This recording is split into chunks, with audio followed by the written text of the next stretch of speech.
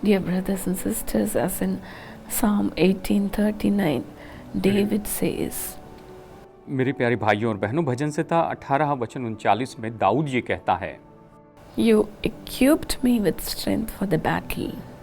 क्योंकि तूने युद्ध के लिए मेरी कमर में शक्ति का पटुका बांधा है। You made those who rise against me sink under me. और मेरे विरोधियों को मेरे सम्मुख नीचा कर दिया। David was a worldly as well as spiritual warrior. Dawood तो सच में एक अच्छा योद्धा था और साथ में एक अच्छा आत्मिक योद्धा भी था। As he loves the Lord dearly, he boldly says, as in Psalm 18:32.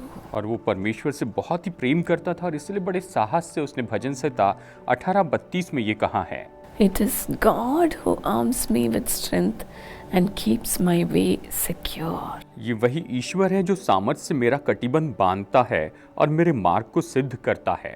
It is God who strengthens me, ये तो परमेश्वर है जो मुझे बल देता है। as in Psalm 44:6. जैसे कि भजन संहिता अध्याय 44 वचन 6 ये कहता है, David says, I put no trust in my bow, my sword does not bring me victory. Dawood ये कहता है, क्योंकि मैं अपने धनुष पर भरोसा न रखूंगा और न अपनी तलवार के बल से बचूंगा। But you give us victory over our enemies. You put our adversaries to shame. परंतु तू ही ने हमको द्रोहियों से बचाया है और हमारे बैरियों को निराश और लज्जित किया है। David gives credit to God for his strength and for his ability.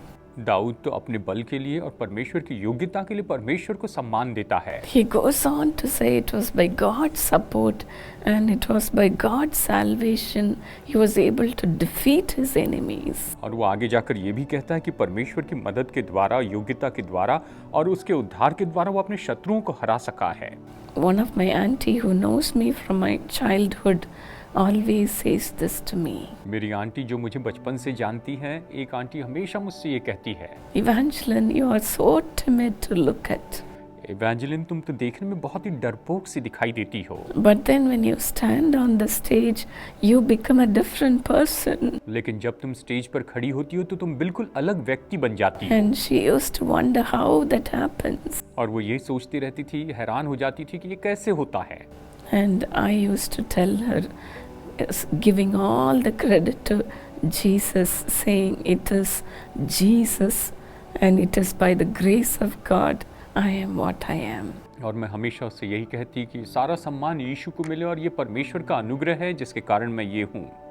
Even my sister used to make fun of me. यहाँ तक कि मेरी बहनें मेरा मजाक उड़ाया करती थी। When you give sermons, you speak so softly.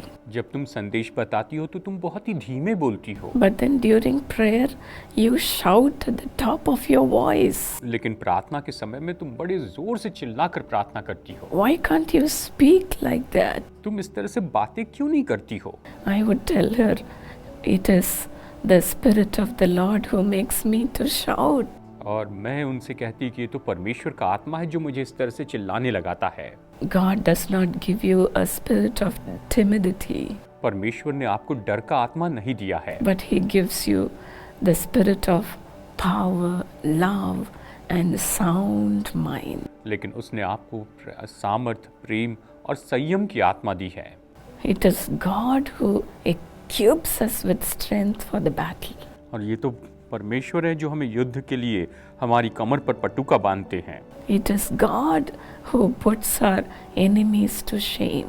ये तो परमेश्वर है जो हमारे विरोधियों को हमारे सामने नीचा कर देते हैं। So go on doing God's ministry with His strength. तो निश्चय ही परमेश्वर के बल के द्वारा आप परमेश्वर की सेवकाई करते चले जाइए। Never be discouraged. आप कभी निराश मत होइए। God is with you, my friend. मेरे दोस्तों, परमेश्वर आपके साथ हैं। Our loving Heavenly Father. हमारे प्रेमी स्वर्गीय पिता, Lord, along with me, your children also, as they are watching and listening to me, Lord, let them have your strength. प्रभु मेरे साथ में जैसे कि आपके संतान और सारे दर्शक देख रहे हैं प्रभु, ये आपका बल प्राप्त कर पाए। In their weakness, let your strength be perfected, Lord. प्रभु इनकी कमजोरी में, निर्बलता में आपका बल सिद्ध हो जाए। Let your spirit of power come upon them. और प्रभु आपकी सामर्थ की आत्मा इनके ऊपर उतर आए। Let them rise up and Lord, fly like eagles with wings. और ये उभर कर खड़े होने पाए और पंखों के लगा के जैसे उकाब के जैसे उमड़ते जाए, उड़ते जाए। The strength of the eagle, let it come upon them, Lord. और प्रभु उकाब का जो बल है इनके ऊपर आ जाए। To fly higher than their और enemies. प्रभु ये अपने शत्रुओं से भी ऊंचाई पर उड़े। Lift them up to greater heights. इन्हें महान ऊंचाइयों पर उठाइए प्रभु। Father, let people say how much the Lord is using you. और पिता, चाहे लोग जितना भी कहें कि परमेश्वर तुम्हारा कितना उपयोग कर रहे हैं। Let such anointing come upon your people, Lord. प्रभु ऐसा उपयोग, ऐसा अभिषेक आपके लोगों पर आ जाए। Fill them, Lord, with your power. इन्हें अपनी सामर्थ से भर दीजिए प्रभु।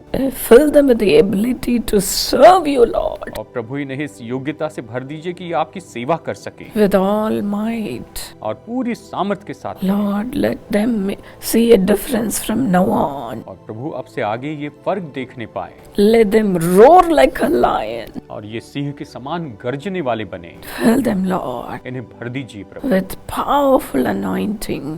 सामर्थ्य अभिषेक से। Let miracles happen as they serve you, Lord. और जैसे ही आपकी सेवा करते हैं प्रभु, चमत्कार होने पाए। Take them in your hands इन्हें अपने हाथों में लीजिए and use them mightily, Lord. और इनका सामर्थ्य उपयोग कीजिए। I know some of you are saying, I'm newly married. हाँ, मैं जानती हूँ कि कुछ लोग कह रहे हैं कि मेरे अभी नई नई शादी हुई है। Help us to serve God as a family. एक परिवार के रूप में प्रभु आपकी सेवा करने में हमारी मदद कीजिए। Let the couple serve you mightily, Lord, प्रभु ये दंपत्ति सामर्थ्य रीति से आपकी सेवा करें। as they are beginning their married life.